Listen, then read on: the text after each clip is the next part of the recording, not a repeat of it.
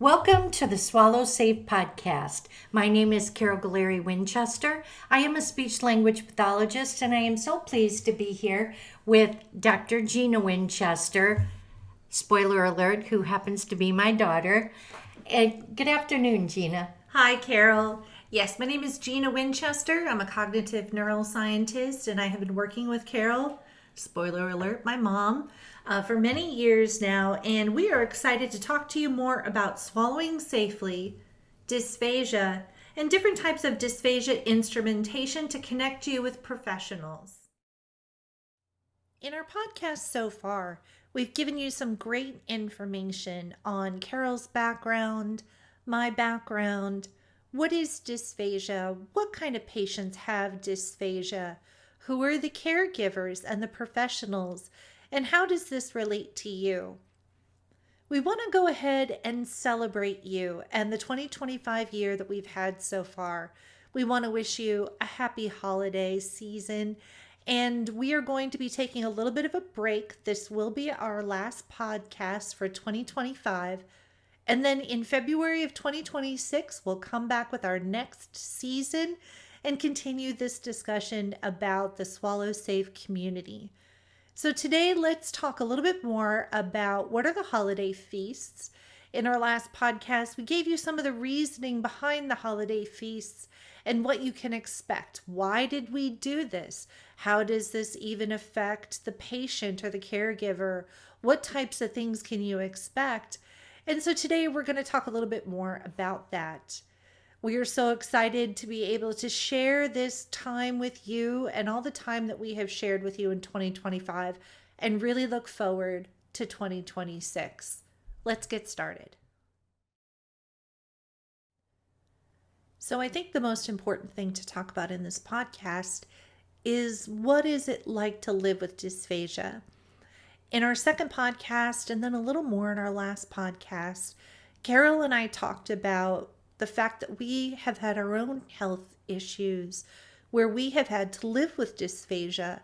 And it's one thing to be a healthcare provider or be a scientist and talk about the theory and all the components and what can the patients do and the professionals do. It is completely different to yourself live with dysphagia. In my case, in 2018, right around this time in 2018, my spinal column collapsed in my cervical region, the lower part of my neck. And so 30% of my spinal cord was crushed. I was in stage 2 paralysis. The upper left quadrant, the entire upper left quadrant of my body was almost completely paralyzed, but I did have some function. And this allowed me to have the surgery where they reconstructed that part of my spinal column. And it instantly gave my spinal cord a chance to recover.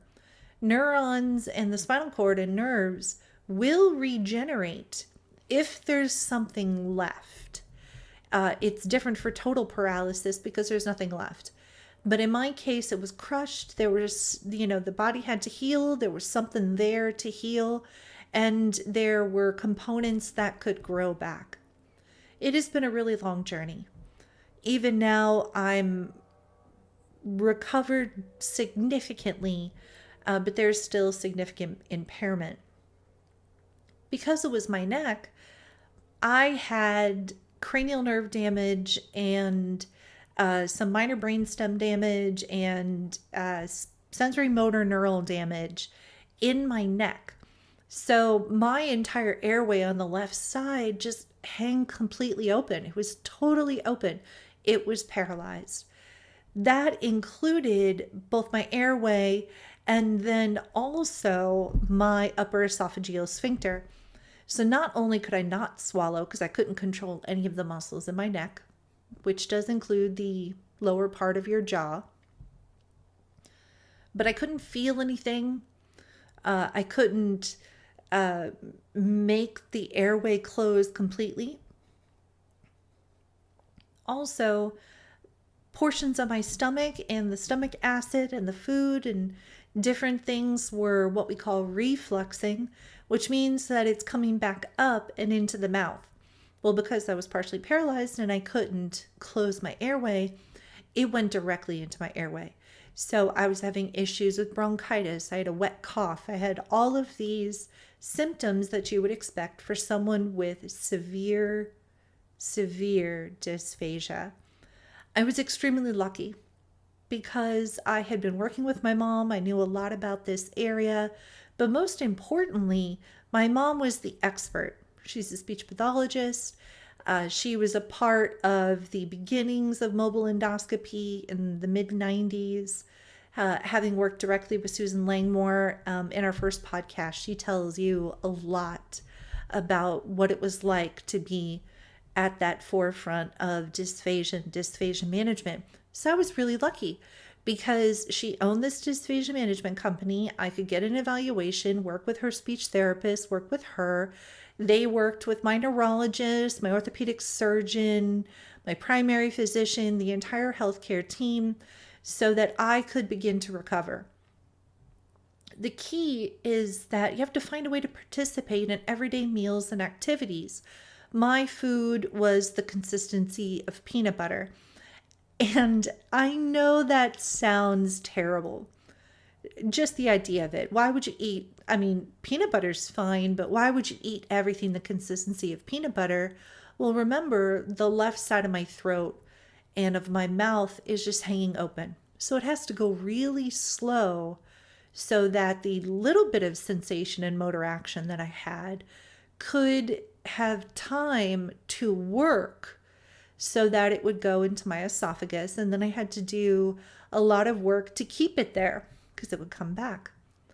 The key is you can do it if you can get a little bit creative. Find things that you actually want to eat and put them together in a way where that could actually happen. Here in this photo, we have soft, mechanical soft, and puree consistencies that are all available at the store.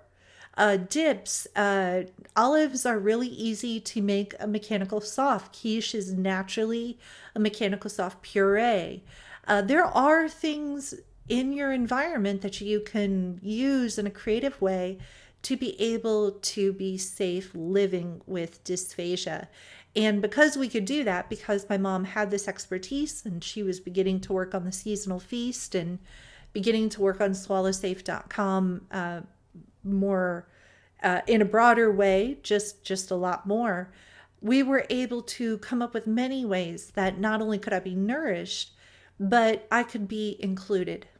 And that's really what we focus on with the seasonal feasts and with swallowsafe.com and all of our social media.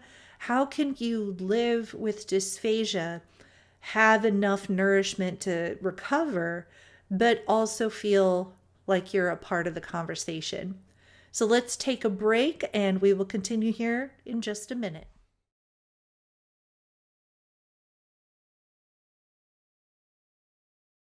Have you secured your spot for the live and in-person FEES training course in sunny Sarasota, Florida?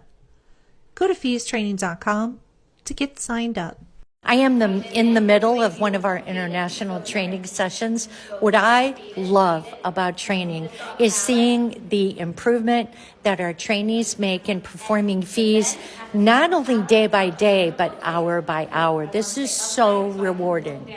It's simple and easy to get signed up for our online and in-person FEES training courses in sunny Sarasota, Florida.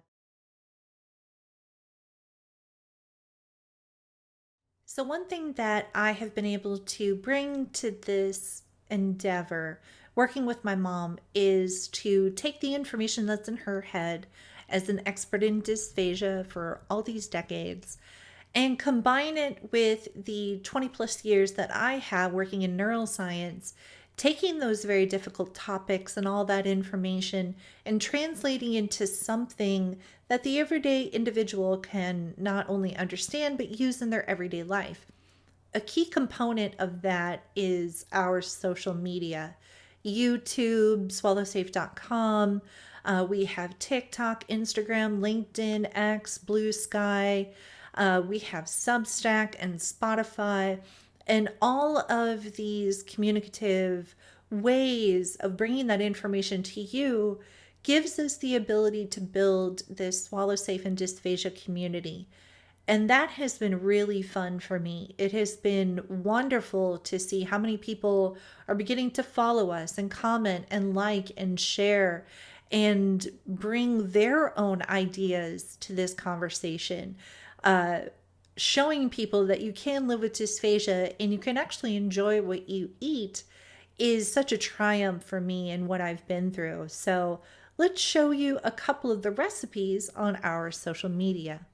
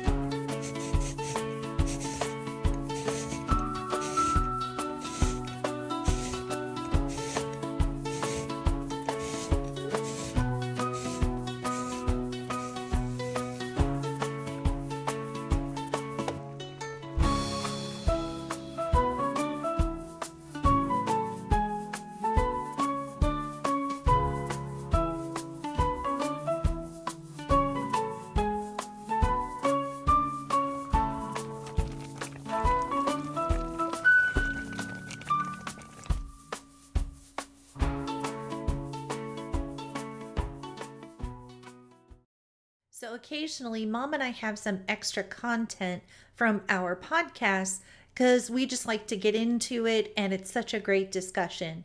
So this next snippet is from our Seasonal Feast podcast, and we hope you enjoy it.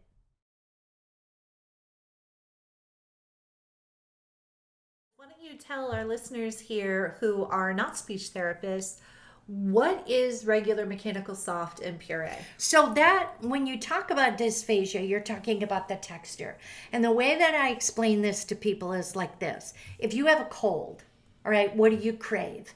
You crave hot soup, or you crave a milkshake, or you crave applesauce. What you've done to accommodate your sore throat or your difficulty swallowing is you have changed the texture of your food. That's what this is all about. Some textures are easier to swallow than others. For example, applesauce, statistically, research-wise, is the easiest thing there is to swallow, right? So you take that and you say, okay, what do I have to do with my level of dysphagia? If you have a sore throat or a swollen glands or, whatever. If you have dysphagia, then how can people used to think everything just had to be blended, but that's not true. You could take things, you can fork mash them, you can bake them in a souffle, you can do all these things so that they don't need to be disgusting and in a blender. Right, because everybody has different tastes, and Right. you might just not like one thing versus another, but if you can flip the script a little bit, change it, and try to find something that the person likes, well, they're just more likely to do it. Yeah, for example, on this fall feast, we have chicken dumpling stew, which can be made into all three. It's wonderful. We have ribeye steak soup, which is phenomenal. Oh my gosh. And we have baked salmon veggie pouch. All of these are easy. All of these do not require you to be a chef, and they don't require any weird ingredients, right? For the sides, we do a squash casserole. We do cream of mushroom soup, homemade, and you can use an Instant Pot for that. Or creamy mashed potatoes, which are just phenomenal. For desserts, we have an apple crisp or a banana wafer pudding.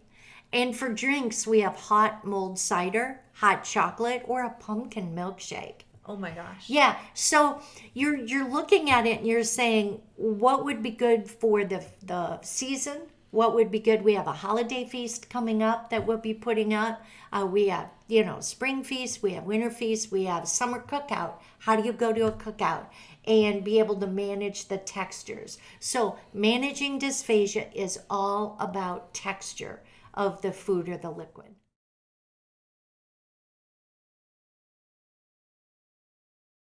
So that was a snippet from some extra content that occurred from a discussion about the holiday feasts and the seasonal feasts from previous episodes. I can tell you one thing that's really amazing is that even though I'm a scientist, I've been doing this for 20 years, I've been working with my mom for a couple of decades, with this social media, our content creation, and these podcasts, I am still learning more. That's what has been really exciting about downloading all that information and expertise from all those years that she has worked in dysphagia assessment and management. So we're going to take a second here and I'm going to tell you a little bit more about our neurological dysphagia continuing education course.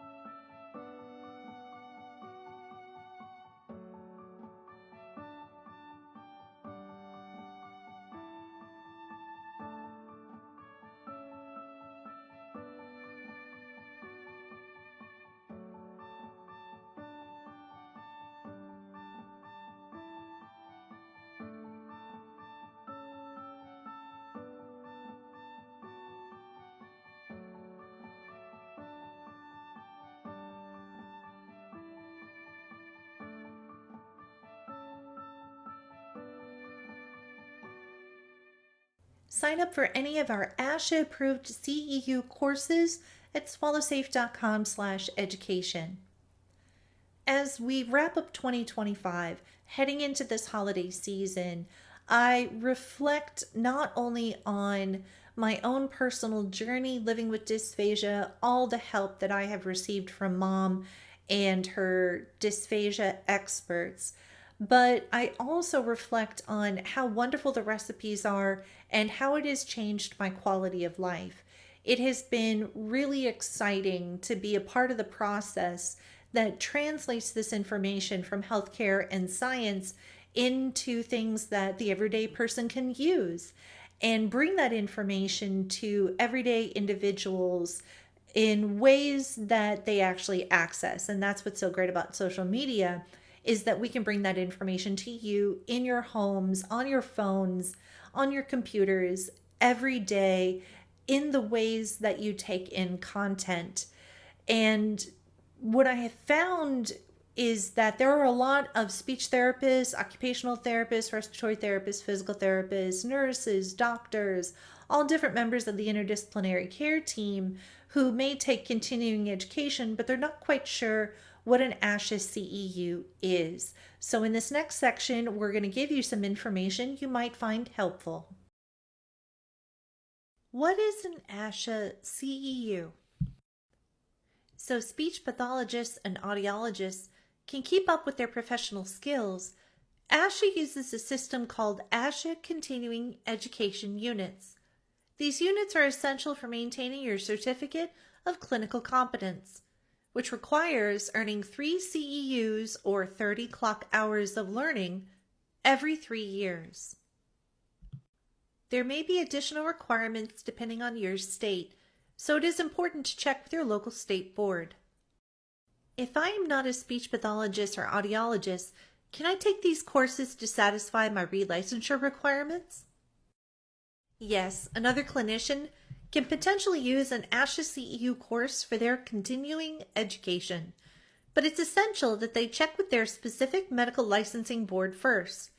Even though these courses are designed for SLPs and audiologists, many medical boards will accept the content if it's relevant to the clinician's practice, such as topics in clinical care, ethics, etc.